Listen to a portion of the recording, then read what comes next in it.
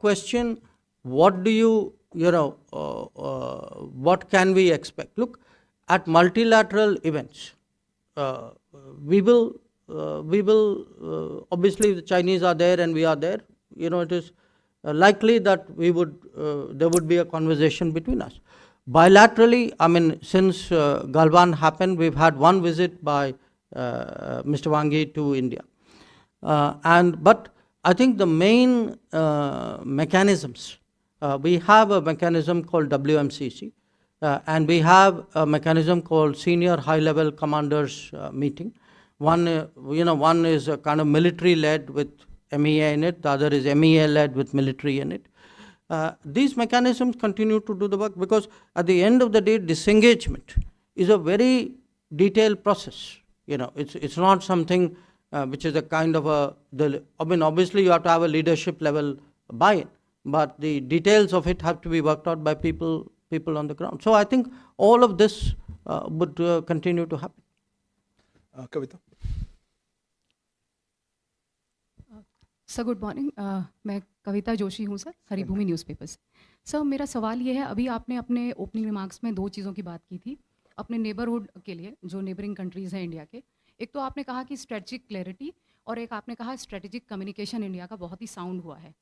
मेरा सवाल ये है कि अभी कुछ दिन पहले प्रधानमंत्री ने पार्लियामेंट की नई बिल्डिंग का इनॉग्रेशन किया है, उसमें एक नक्शा लगा हुआ है जिसे अखंड भारत कहा जा रहा है। उसे लेकर के आपके पड़ोसी देशों में 3 देशों में, नेपाल, बांग्लादेश और पाकिस्तान में विवाद है। 2 मित्र देश हैं भारत के, और पाकिस्तान हमारा शत्रु राष्ट्र है। तो सर ये मैं आपसे पूछना चाहती हूँ कि एक तो ये जो अखंड भारत को लेकर के विवाद है, इसमें भारत का क्या कहना है अपने पड़ोसी देशों को?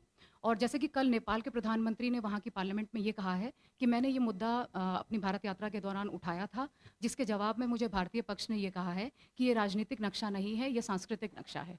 तो ये जवाब आपका केवल अपने मित्र राष्ट्रों के लिए है, जैसे नेपाल और बांग्लादेश, क्योंकि इसमें पीओके का भी हिस्सा है, और पीओके को लेकर के भारत का जो स्टैंड है वो बहुत ही अलग स्टैंड रहा है। हम हमेशा ही ये कहते रहे हैं कि पीओके अवैध कब्जा है पाकिस्तान का, और भारत उसको अधिकार क्षेत्र में कभी भी लेगा। तो ये जो आपका जो एक तो ये क्लैरिटी करें कि जवाब आपका यही है कि सांस्कृतिक राजनीतिक है, और पीओके को लेकर पाकिस्तान को लेकर क्या संदेश है? Smita, go ahead. Mr. Smita Sharma, I work independently. Just wanted to check, is India expecting President Zelensky to be in attendance during the G20 summit? Is there an invitation that has been extended, is being extended? And can we keep it tight? Yeah. मैं उमाशंकर हूँ NDTV से। आपने दुनिया के परिप्रेक्ष्य में बताया कि 2014 के बाद किस तरह से भारत का फुटप्रिंट जो है वो बढ़ा है दुनिया में। मेरा सवाल स्पेसिफिकली मिडिल ईस्ट को लेकर है कि 2014 के बाद किस तरीके से मिडिल ईस्ट में को लेकर हमारी जो डिप्लोमेसी है वो बदली, और क्या अचीवमेंट्स रहे हैं। एक तो जो आपने विषय उठाया, जो नए संसद में जो नक्शा जो दिखाया गया, मेरे ख्याल से हमारे प्रवक्ता जो हैं इस पर टिप्पणी कर चुके हैं, am I correct? हाँ, कि उन्होंने कहा कि ये अगर आप उसी के नीचे वो कुछ साइन बोर्ड जैसा कुछ लगा हुआ है, उसमें लिखा है कि ये, आई think you can read my recollection, ये कुछ अशोकन एम्पायर का डिस्क्रिप्शन है। तो ये एक ऐतिहासिक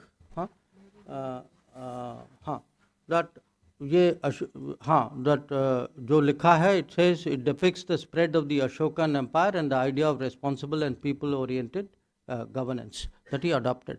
तो इसको मुझे नहीं लगता कि राजनीतिक विषय बनना ही चाहिए, और जो हमारे मित्र देश जो हैं वो समझेंगे। अगर कहीं कुछ उनको क्लैरिफिकेशन चाहिए तो मुझे लगता है उसमें कोई बड़ी बात नहीं है, और जो मुझे जो बताया गया है वो समझ चुके।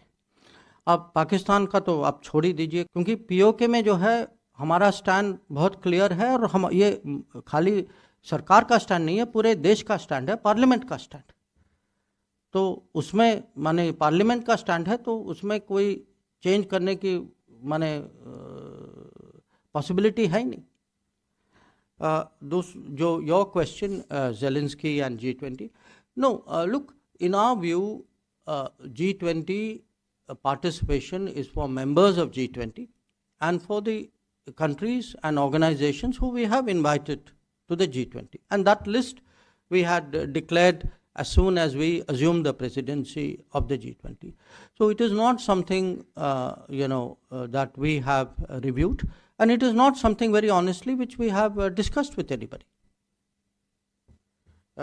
The third question, जो आपका जो मिडल ईस्ट का सवाल जो है, वो अगर जो मैं पिछले 10 साल की सफलता की अगर जब मैं बात कर रहा हूँ, तो मिडल ईस्ट ये एक ऐसा क्षेत्र है जहाँ ये आपको साफ दिखाई देता है कि अगर आप खाड़ी में देखें, ऐसे देश हैं जहाँ माने सालों से कोई हमारे यहाँ से कोई लीडरशिप विजिट नहीं हुई थी।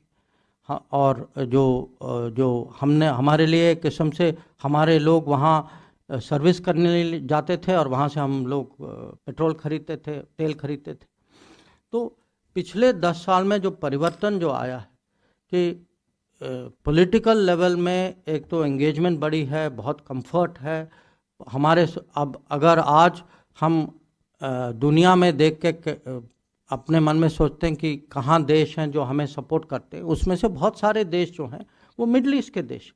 और मिडल ईस्ट के देश अगर हम दोनों जो हैं MOS डायरेक्टली उसको देखते हैं, मेरे ख्याल से गल्फ में तो हम I think each one of us would have paid at least 2, 3, 4, 5 visits. और जो बाकी देश भी हैं, मैं इजिप्ट गया हूँ, मैं टूनीशिया गया हूँ, आप तो I think you have been to Iraq, to Morocco, Algeria. तो एंगेजमेंट उनके साथ बढ़ा है, राजनीतिक परिप्रेक्ष्य से हमारे रिश्ते जो हैं और नज़दीक आए हैं। तो और जो अगर आप ट्रेड देखें, वहाँ एक FTA भी हो चुका है UAE के साथ, व्यापार भी इस समय में पिछले 10 साल में काफ़ी बढ़ा है। तो मैं कहूँगा हर दृष्टिकोण से ये ज़रूर ये एरिया जो है हमारे लिए एक किस्म से डिप्लोमेसी, सक्सेसफुल डिप्लोमेसी का एक उदाहरण है। Sachin.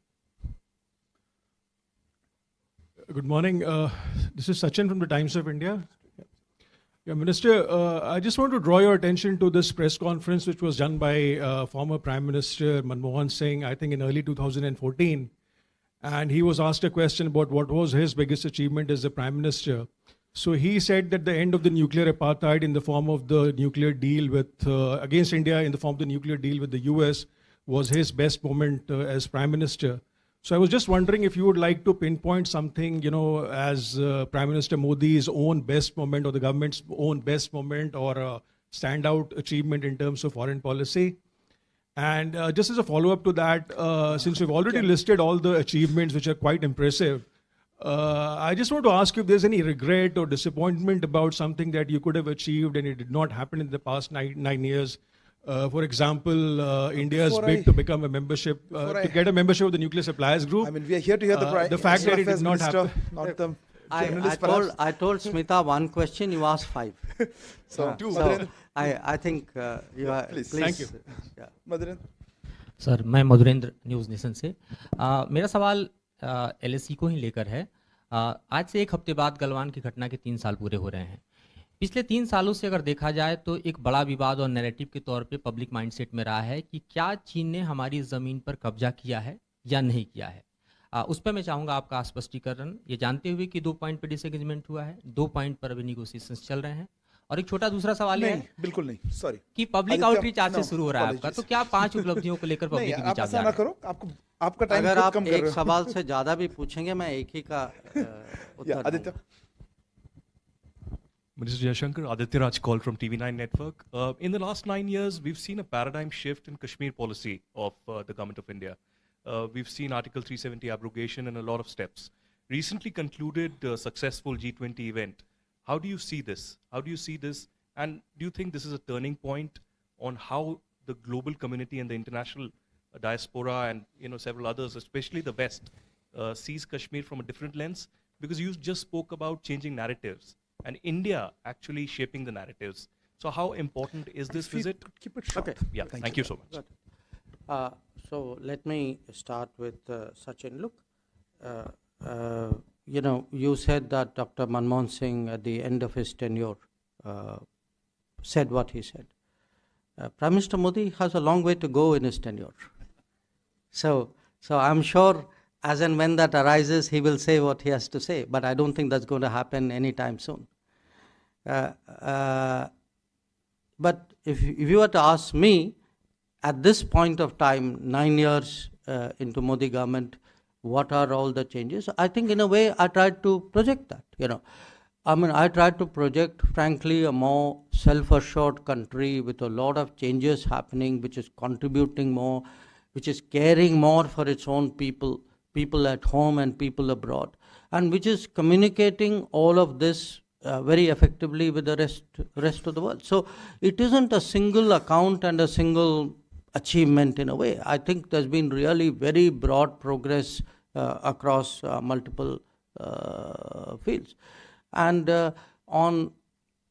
even though you should not have asked the second question, but on Security Council, you all know where is the resistance from, but I would say one change which has happened is, if you today ask more and more countries today accept the need for reform, and frankly feel if there's one country which should be there, it is India. I think even in this process as a potential candidate, our credibility has gone up in this period. जो आपका जो गलवान वाला सवाल है, देखिए जो position जो है ये बहुत कॉम्प्लिकेटेड है, क्योंकि हमारी फ़ौज भी, एक तो मैं आपको समझाना चाहता हूँ कि नॉर्मली जो है फ़ौज जो वो बिल्कुल LAC पे डिप्लॉय नहीं होती, वो अपने कैंप पे डिप्लॉय होते हैं, कैंप से आगे बढ़ते हैं। जो 2020 के बाद जो चेंज हुआ है, क्योंकि टेंशन तनाव के कारण दोनों साइड ने फॉरवर्ड डिप्लॉयमेंट की, और ये फॉरवर्ड डिप्लॉयमेंट, ये मुद्दा जो है हमें इसको रिजॉल्व करना है।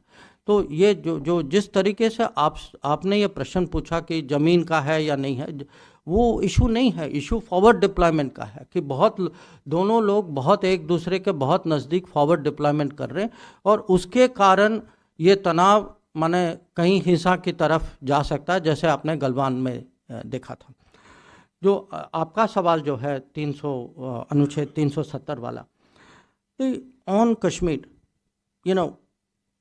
first of all, I do think that what was done in 2019 was a very, very crucial step and a long-awaited step for national security. Because in a way, we can, it's a long story and you know this better than me, why 370 was kept beyond what was supposed to be its shelf life. But the bottom line was, I'm now giving you a kind of a diplomatic perspective. The whole world used it against us. They saw it as a point of vulnerability. They saw it as something they should keep pressing and keep using and keep turning as a way of keeping India off balance. Now, if we don't get it right, how do you expect the world to get it right? So, for us, the first thing was to remediate at home. And that is what we did in 2019. Now, once you sorted it out at home, then the question was, how then does the world react to it? Now, even when 370 happened, and fact was, in 2019, we had to actually, when I speak about strategic communication, as a foreign ministry, as a minister myself at that time, we spent a lot of time getting people to understand what it was about. And our biggest problem was a lot of, frankly, false narratives or propaganda, much of which originated in our own country. So we had to deal with that, and I think we dealt with it. And because we dealt with it today, if you go around the world today and ask people, sort of, when it comes to India, what are your concerns, you will find more and more people actually will say that's kind of, that's not something which is a live issue, because we were the people who kept it as a live issue. So to me, what happened in G20 is just one example. But I would like to see, quite honestly, more investment there, more foreign tourists there.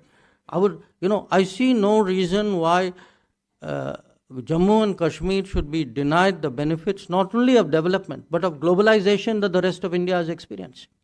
I think it is their right, and I think we should promote that very strongly. Huma. Right here. Sir, I'm Huma Siddiqui from the Financial Express. In your opening statement, you did not mention anything about the Latin American region except the ferry to Guyana. And so in that context, I just wanted to understand, is India looking at buying crude from Venezuela anytime soon? Sorry? Buying crude from Venezuela? Venezuela. and any other countries where you are expanding buying crude in the region? Sir, Yeah, sorry. Siddhant. So Siddhant from Vion. Sir, Right, my yes, sir. question to you sorry. is my question to you is the Canadian NSA has said that India has been interfering in their domestic politics. Your reaction to this comment by the Canadian NSA? Kalol.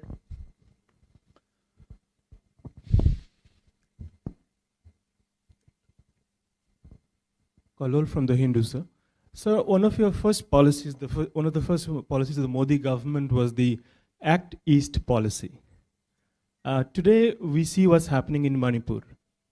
Do you think the developments in Manipur have basically negatively impacted that policy?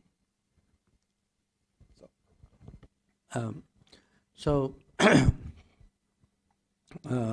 Latin America.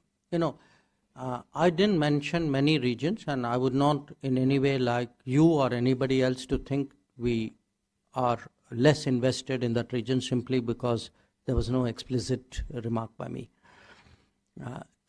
When I've spoken about different parts of the world where all of us have been far more active, starting with Prime Minister himself, and the intensity of our visits, the projects, the trade, the political cooperation, each one of this applies in full measure to Latin America. I myself have done 2 trips, one where I did Brazil, Paraguay, Argentina, one which I did Colombia, Guyana, Panama, and Dominican Republic. In fact, I must tell you, even to me, it came as a surprise that the last 4 countries, no foreign minister in our history had ever been there. Even Mexico, I found that the last foreign minister when there was Narasimha Rao. So there have been big gaps in our engagement with other regions, and to be very frank, it affects our credibility. How can you export support from a country which nobody has even bothered to go and visit? So it is taxing, but if we are trying to develop a global footprint, because that is also a point I want to make. When Prime Minister speaks about Amrit Kal and where we will be, a large part of it is development of the country. The foreign policy part of it is to develop a global footprint in those 25 years. So you remember in 2015, I think he used the word first time, towards becoming a leading power. That was the foreign policy trailer of his Amrit Kal goal.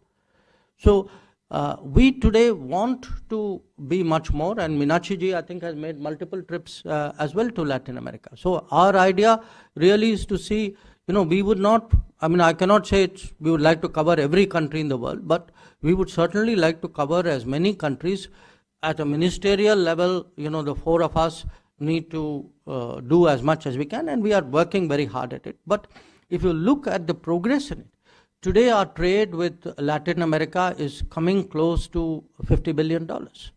Now, relatively speaking, if you look at various big trade accounts, China, ASEAN, etc., mostly our big trade accounts are 100 billion plus.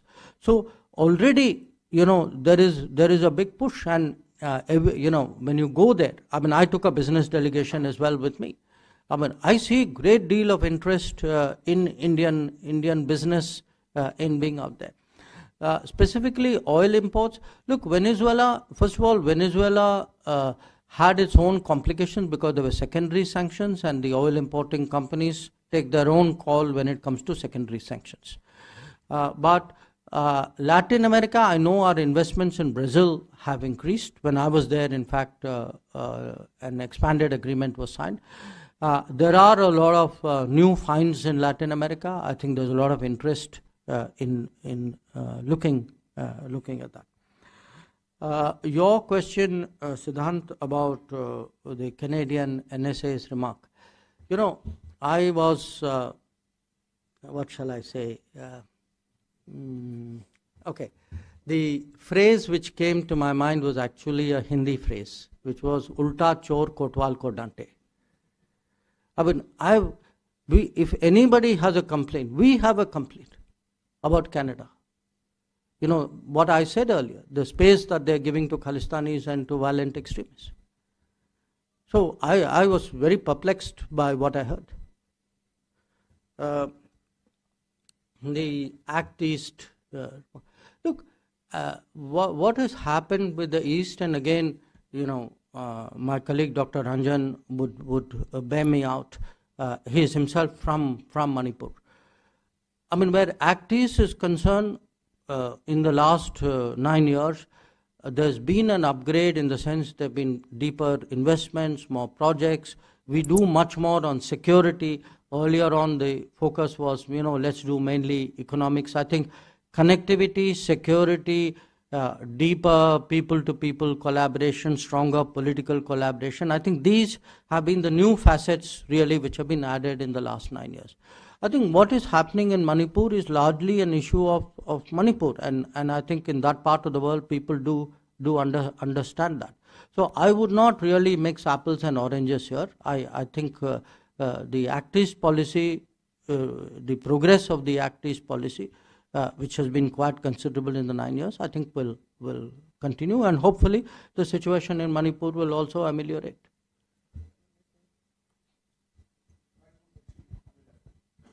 Sorry, microphone's next to you. No, yes, please. Rishikesh from the Press Trust of India. So my question is, over the issue of extradition of people indulged in financial fraud or in terrorism, we haven't seen much success in past 4 years. So my question is, what are the reasons behind this, and can we see much success in coming months, especially ahead of 24 elections? Neeraj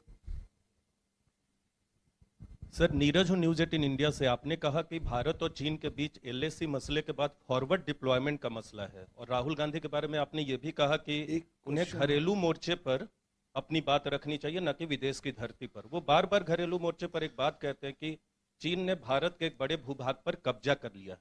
पिछले 9 साल में अगर forward deployment issue को छोड़ दे तो उसके अलावा आप कह सकते हैं कि चीन ने भारत की जमीन पर कब्जा नहीं किया है, या फिर राहुल गांधी निराधार बयान दे रहे हैं? Manush. So this is Manas Pratim from PTI Press Trust of India. Sir, India's relations with United States and Russia, we have seen a significant upswing in the last few years actually, notwithstanding the current geopolitical turmoil as well as big power competitions. So how do you characterize this? And going forward, do you think in fact if the conflict between West and Asia or the overall conflict, great power competition widens, such an approach sustainable, sir? So, and one would just add a question is that, I mean, in the BRICS Cape Town declaration, it was mentioned that, the countries are looking for a mediation proposal. So would you like to just... Mediation? It's a different question. Yeah. Sorry.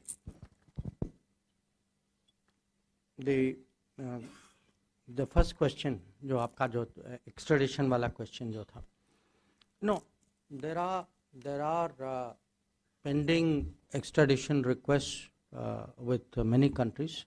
There can be financial fraud, there can be terrorism, there can be crimes of various kinds. Now you have to understand, generally speaking, with everybody, extradition has a very high bar. You have to show proof and meet certain legal standards, including of that country. What I can say is we have been pushing many cases. Some cases are more high profile than other cases. You can see the progress. You can see the progress in their systems, that the cases are going to one level of court, next level of court, and it is proceeding towards an extradition. We have had a few cases. Obviously, in some of the high profile cases, we are waiting for those to come to the conclusion. जो आपने पूछा, can I put a timeline on it? I cannot put a timeline on it because it's dependent on legal processes of other countries.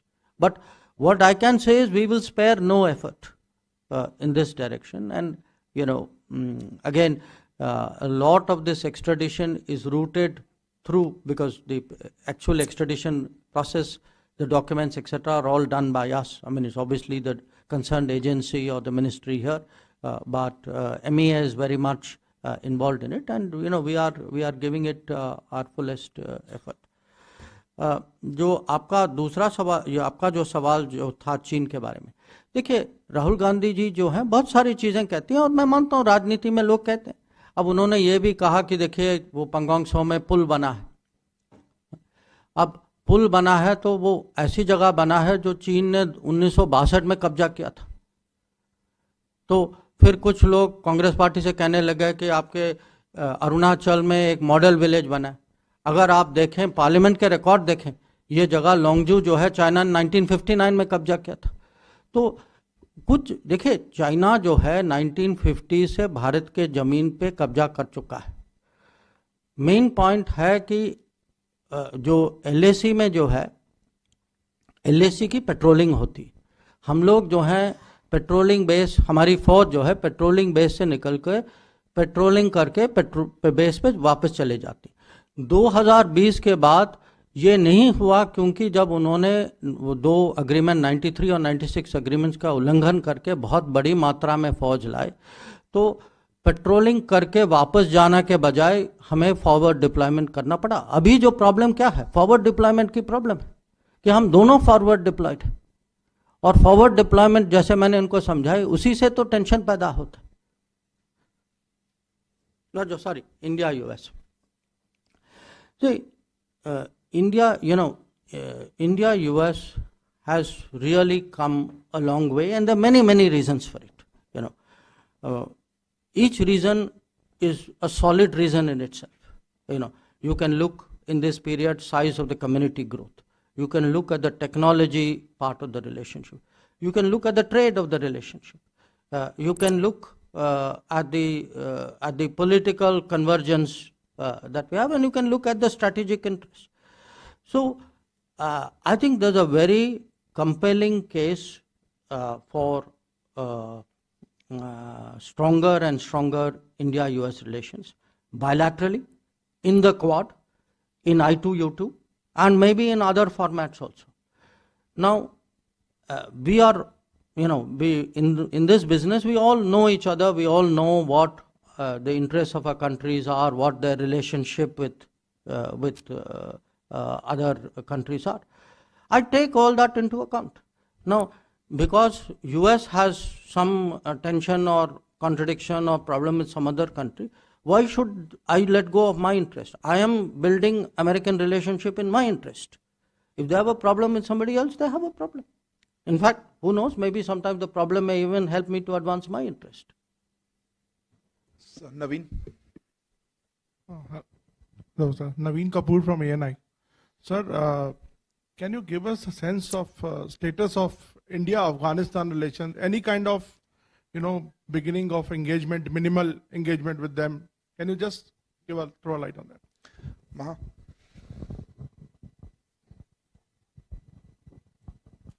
Sir, Maha Siddiqui from NDTV. So with the Ukraine war nowhere close to an end, and in fact taking a critical turn with critical infrastructure being targeted now, and the G20 summit less than 3 months away, do you believe that having a consensus on the leaders' declaration will be a Herculean task or a near impossible task? Leaders' declaration. Abhishek Jha. Yeah.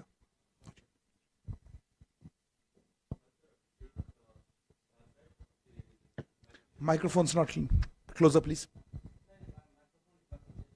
Okay.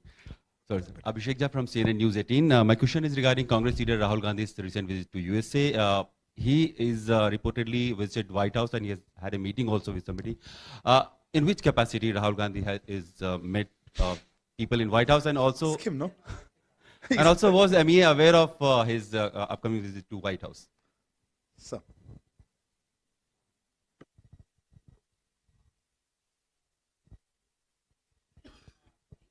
Sorry, Afghanistan.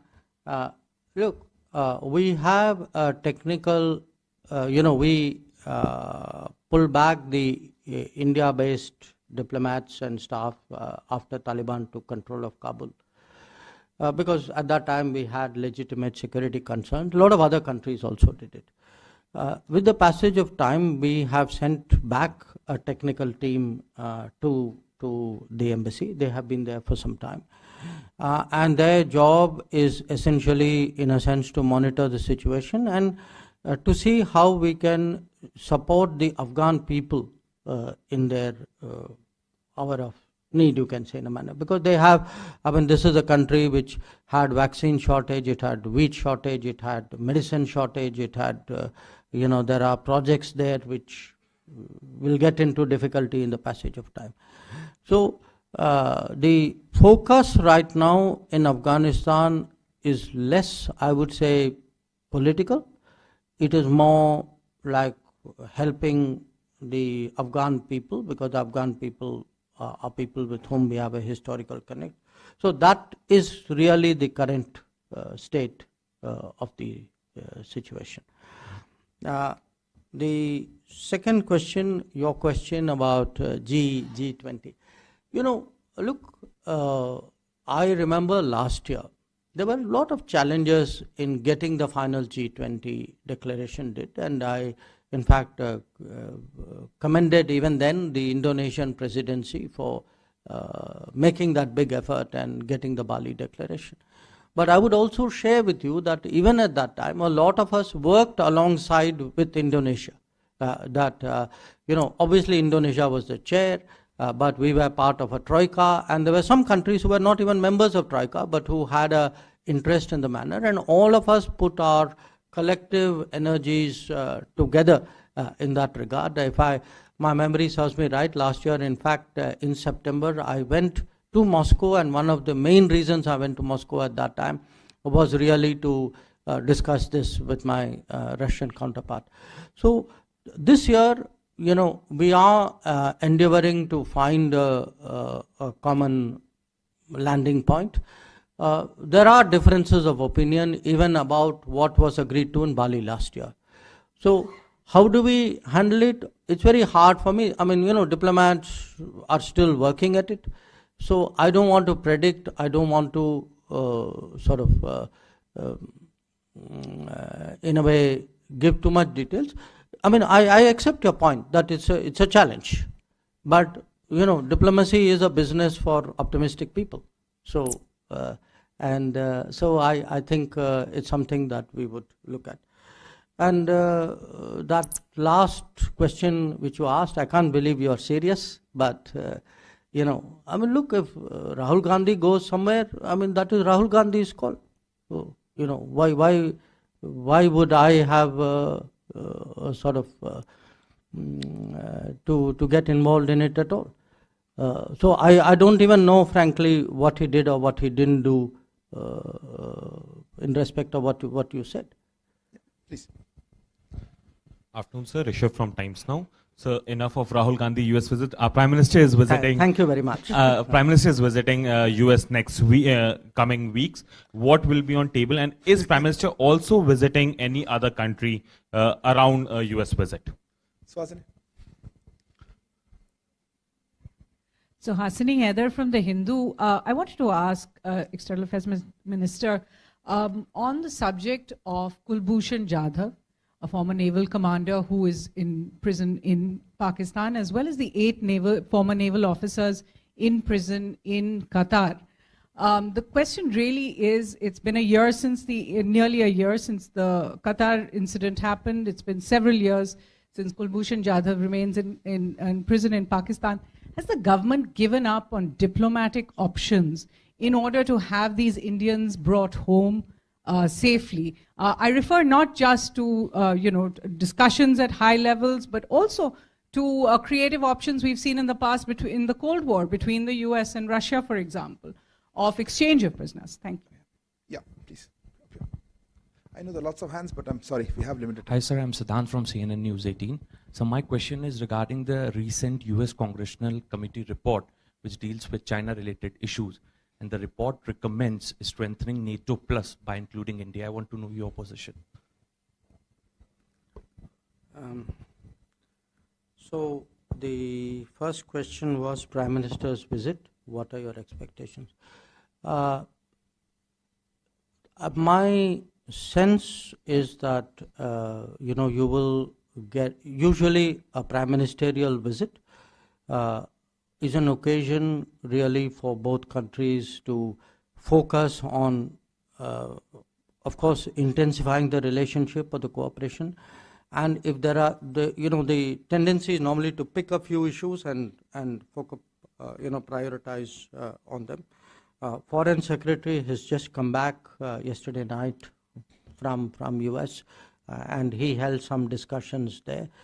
In the coming days, we are expecting some visitors, incoming visitors from the US as well. So we are working, in that direction. Now, what eventually comes out, and that's really one tough to predict. And even if I could, I'll spoil your fun if I did that. So I think I'll hold it till then. Would he go to another visit? I think usually Prime Minister's visit, we kind of keep working on his schedule, and then Arindam has the pleasure of sharing that at the right time with all of you.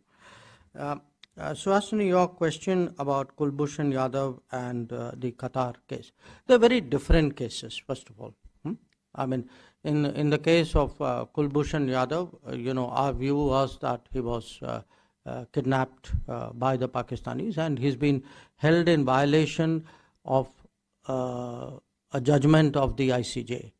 So I think the law is very clear, and we have to now see how to take that forward. The Qatar case is different.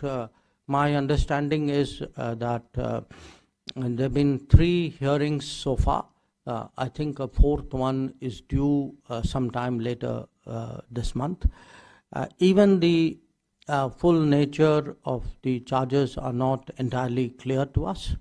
But what we are doing is we are giving the strongest possible support to the concerned people, including their legal representation, because we believe that their rights should be fully protected. And in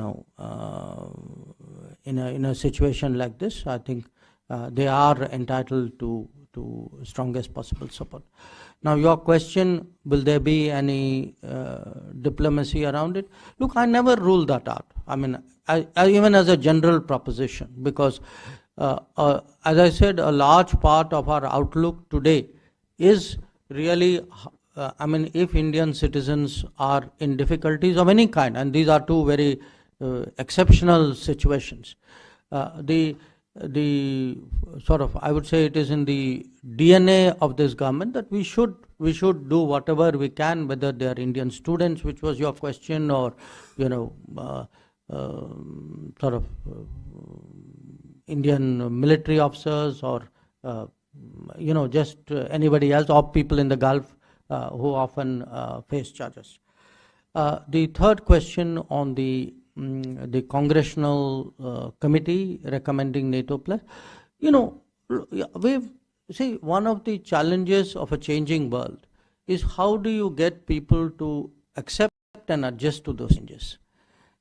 Even today, not just with this committee, I see this, in analysis of various kinds and writings of people. A lot of Americans still have that NATO treaty construct in their heads.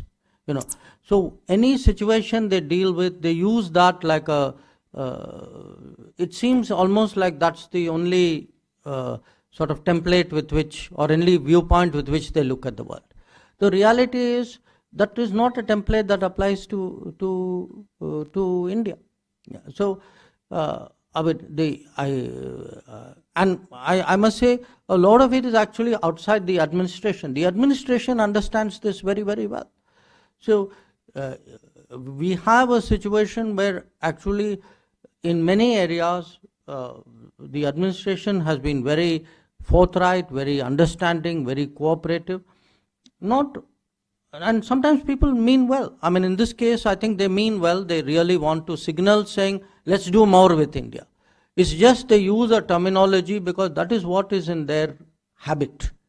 So I would not go so much by the terminology. I would only appreciate the fact that a congressional panel has the sentiment to want to do more with India. I think that's a very good thing. Nanima, right here. Thank you for doing this, Minister. I'm Nainima Basu from ABP Live. Just one question, sir. This is the first time India became chair of the SCO, and this is a proud moment for us. Why is the decision taken to hold it in a virtual format? Thank you. Next to you. Sir Vijayalakshmi हूँ मैं India TV से इधर sir इधर आप sir आपने Canada को लेकर के बात की कि किस तरह से वहाँ पर एक्सट्रीमिस्ट या सेपरेटिस्ट एलिमेंट्स हैं, लेकिन अगर प्रो खालिस्तानी एलिमेंट्स की बात की जाए तो यूएस, ऑस्ट्रेलिया, अभी राहुल गांधी जो कांग्रेस में विपक्ष के नेता हैं उनके भी इवेंट में खालिस्तान जिंदाबाद के नारे लगे। क्या ये एक भारत सरकार के लिए चिंता का विषय है और कैसे इसको डील करने के लिए आप सोच रहे हैं? Back there. Yeah, right there, behind you. Namaskar, sir. Shailesh Kumar from National Defense. Sir, here. Sir, though you have spoken about it, but Mr. Rahul Gandhi has categorically stated in his last visit, the recent visit, that the China has occupied 1,500 square kilometer of India's territory.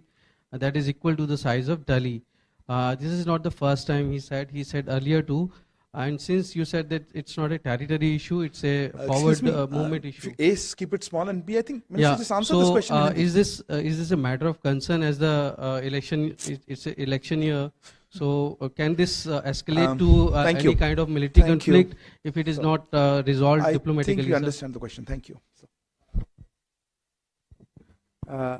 Say, first one, आपका था ना SEO ना? हाँ? Look, I don't think, today in this day and age, whether you do a virtual meeting or a physical meeting, I don't think one is considered as necessarily less or more than the other. I think it's a call you take depending on who's coming, what is your situation. There are a lot of factors which go into it.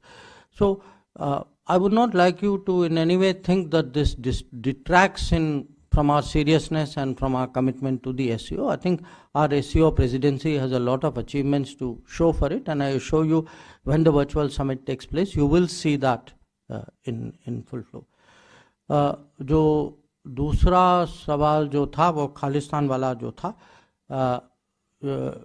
नहीं, जो see, it is not just in Canada. मैंने कभी नहीं कहा कि it is only in Canada. We are as opposed to it.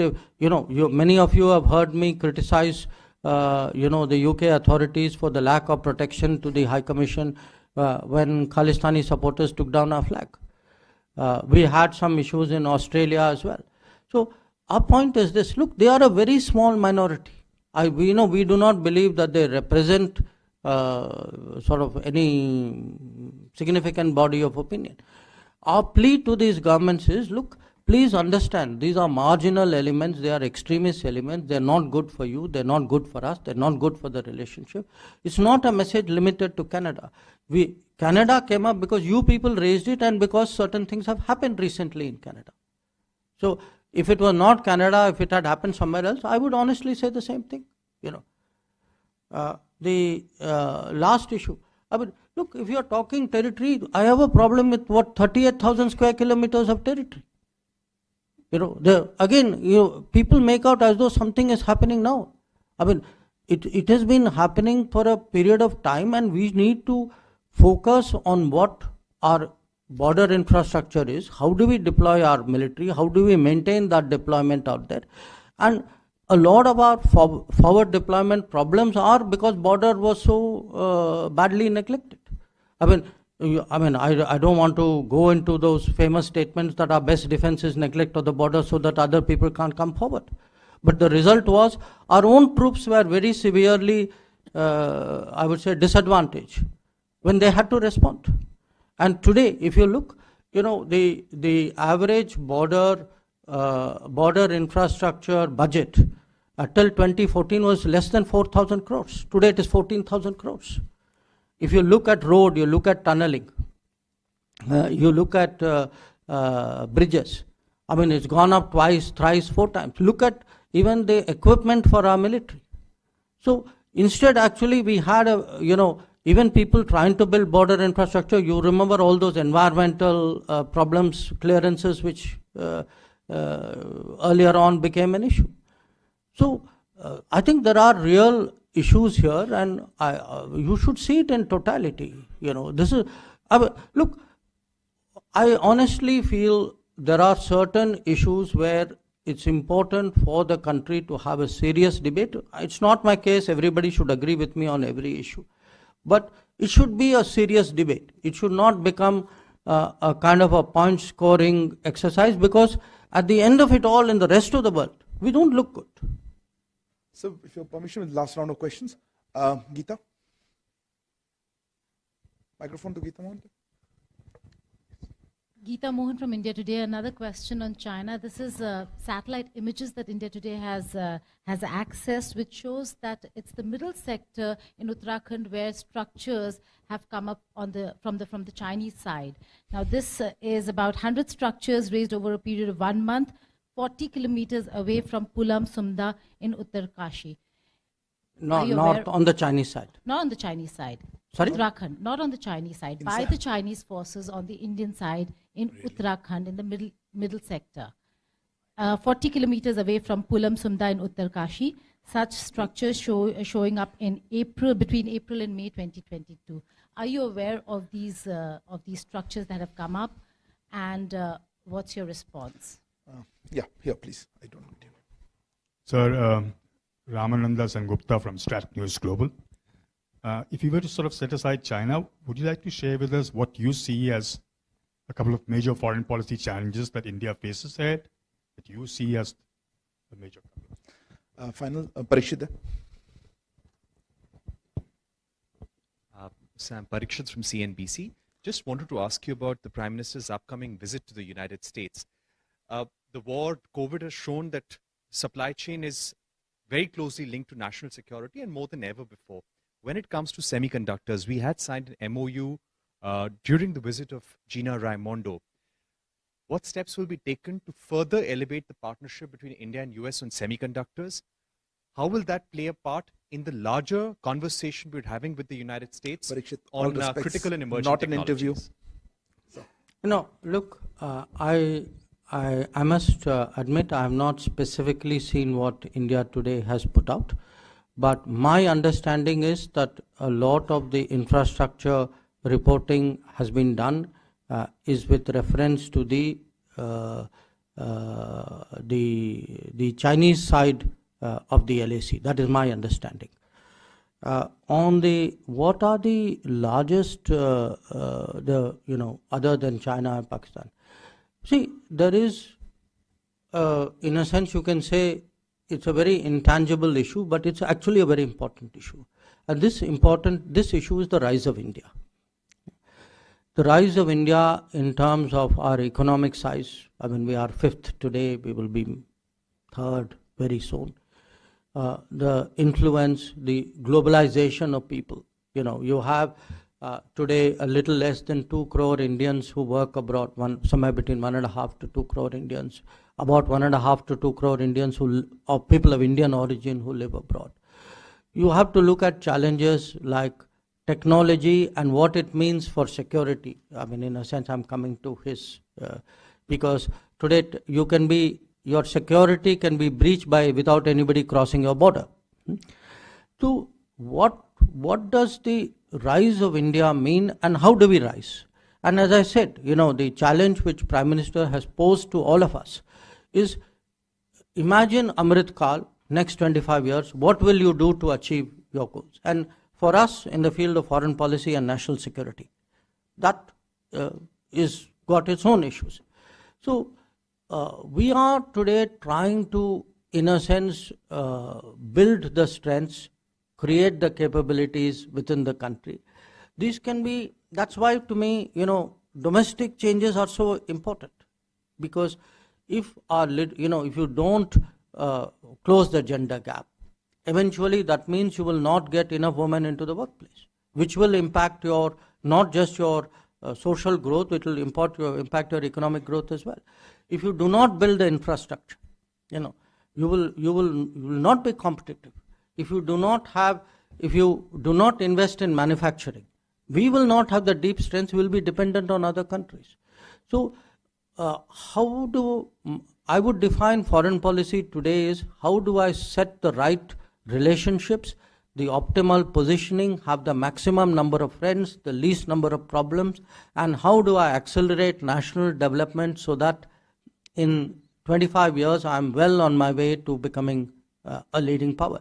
Now this may sound like a lot of sentences, but each one of it will translate. I mean, everything I told you, which we have done for 9 years, is actually aimed at exactly that. I mean, if we are today investing in Latin America and in Africa, one part of it is South-South solidarity, but one part of it is also because we know we will be global. You know, that time will come. I mean, that is the confidence really that Prime Minister has instilled in this country. So we are preparing for that. The last question on the semiconductor. Yes, there are continuing conversations on semiconductor. It's not just a question of agreements and how do you upgrade the agreements. There are many aspects of it. There are export control aspects of it. There are business aspects of it. At the end of the day, remember, it's not the government which is going to build the semiconductor industry. It is the business, and the business has to be enabled. It has to have the access, the technology access to do that. And those are bits and pieces really on which we are working. But, you know, I'm linking it to my previous answer. Today, trusted collaboration is one of the important areas of our foreign policy, especially with North America, US specifically, and with European Union, and with Japan. It's also, by the way, a very important part of what the Quad is doing. Sir, thank you very much, sir. You've been extremely and particularly generous with your time, sir. I think we've had more than 30 questions. I can't imagine an occasion where we've had that opportunity, sir. Also, my grateful thanks to Honorable Ministers of State, Shri V. Muralidharan, Srimati Meenakshi Lekhi, Shri R.R. Singh, as well as to Foreign Secretary, Sir Vinay Quatra, and as well as to the Secretary East, Shri Saurabh Kumar, Secretary CPV and OIA, Dr. Asif Saeed, Secretary ER, Shri Dammu Ravi, and Special Secretary ER and DPA, Shri Prabhat. Would you allow me one last word? Of course, sir.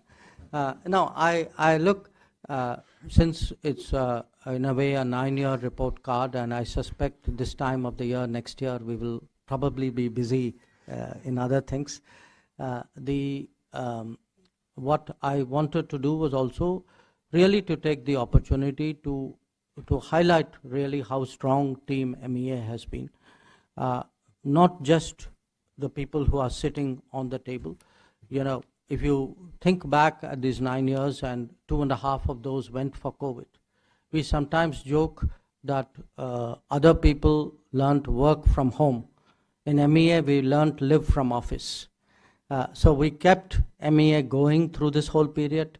You know, when you look at the Vande Bharat mission, the Vaccine Maitri, the Operation Ganga, Operation Kaveri, I must tell you, there were people who took personal risks to make it happen. So I also would like, I think it's only fair that at the end of the report card, a little bit also should be said to the people who actually make it happen, and the press conference would not be complete without that.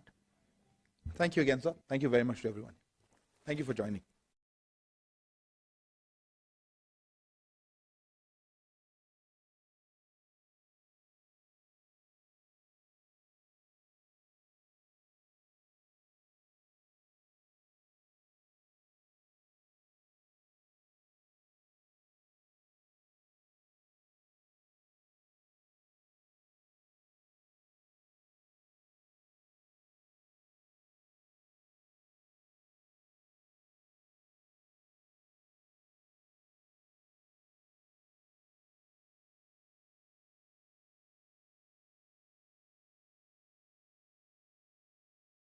Good morning to all of you.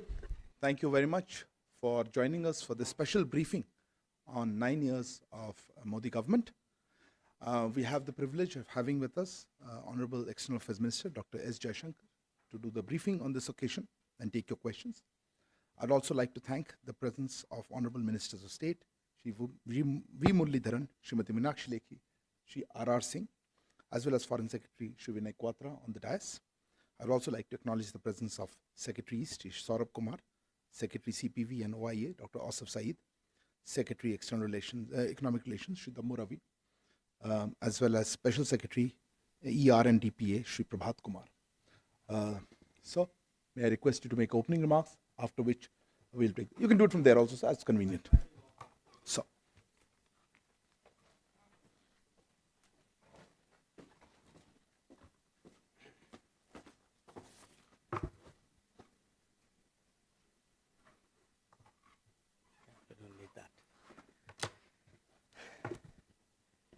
A very good morning to all of you. My namaskar. Our ministers of state, our secretaries, and friends of the media. It's really a very great pleasure to talk to all of you today as we mark the completion of 9 years of the Modi government.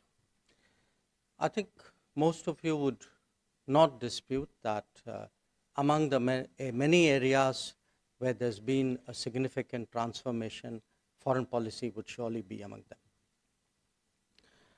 It's reflected in the country's higher standing, greater influence, bigger footprint, new concepts, and stronger delivery. Now, there are many ways by which one can judge how foreign policy has changed, how it has delivered, where has it made its deepest impact. I would like to pick two broad themes today as the metrics by which you can evaluate Indian foreign policy over the last 9 years. The first theme is, how does the world see India today? And the second is really, how has foreign policy affected the lives of the common citizen? So those are really the two perspectives from which I would like to present to you the foreign policy of the last 9 years. Now, in terms of how the world sees India today, I think you can't get a better set of people than those sitting on the podium to give you that view, because we travel out, we engage people on behalf of India, we talk to the leaderships in different places, since we travel around, we mix with many sections of society. So what, in a sense, I present to you is a accumulation of our collective experiences. And if I were to pick them, probably the one which I would start off with is how much today the world, especially the global south, perceives India as a development partner, as a credible, effective development partner with delivery on the ground. And I actually am just reminded of my last visit. I came back yesterday morning from Namibia. And I inaugurated formally a center of excellence in IT, which has been functioning there for about a year and a half. And the impact on the Technology University of Namibia by our giving a Param supercomputer, having trainers out there, working with them, developing cyber security skills, developing entrepreneurial skills, promoting research. I cannot describe you the excitement in the university. Or I look at the trip before that, a very different place and a very different subject. I was in Guyana, and it so happened that time we were delivering for the first time ever a ferry. A first time ever a ferry that far away to the continent, to the southern, to the western hemisphere, that too in the south. And the ferry had a transformational message for the Guyanese, because it made suddenly the islands and even the coastline far more accessible. So actually you had the entire Guyanese cabinet, the previous president, everybody really turn out, because for them it was such a big event. A little bit before that, I was in Mozambique, I was urged to take a ride on a train which we had supplied. It wasn't just a train. We actually made possible the beginnings of a suburban rail system in Maputo, which would decongest that city, because the kind of trains and the price points and the quality that we did, that actually had a sort of really a very big impact on the planning. I could give you many more examples. In Kenya, there's a textile factory which was closed down, which we helped to revive. Every Kenyan, if you use the word Rivatex, every Kenyan knows this textile factory. Or indeed, go to Mauritius, they are enormously proud of this Metro Express, which was built by an Indian company based on development support. And it isn't just my experience. I mean, my colleagues would vouch for something similar happening with them. Dr. Ranjan was telling me about a cardamom seed center, which he had seen in Laos. Or Muralidharanji was talking about entrepreneurship development centers, which he saw in Djibouti and I think in Rwanda. Am I correct? So wherever you go today, and I want you to understand today how big our development footprint is. It is today extending across 78 nations, and we have done more than 600 major projects. But most of all, the impact is actually in our own neighborhood. That if you look, we've just had the visit of Nepal's Prime Minister, and again, there was a stock taking of, and frankly, satisfaction at a lot of what has been achieved, a lot of new projects which are coming on stream. But if you look at the neighborhood at South Asia, in the last 9 years, whether it is power transmission, power generation, whether it is diesel supply, fuel supply, whether it is bridges, roads, railways,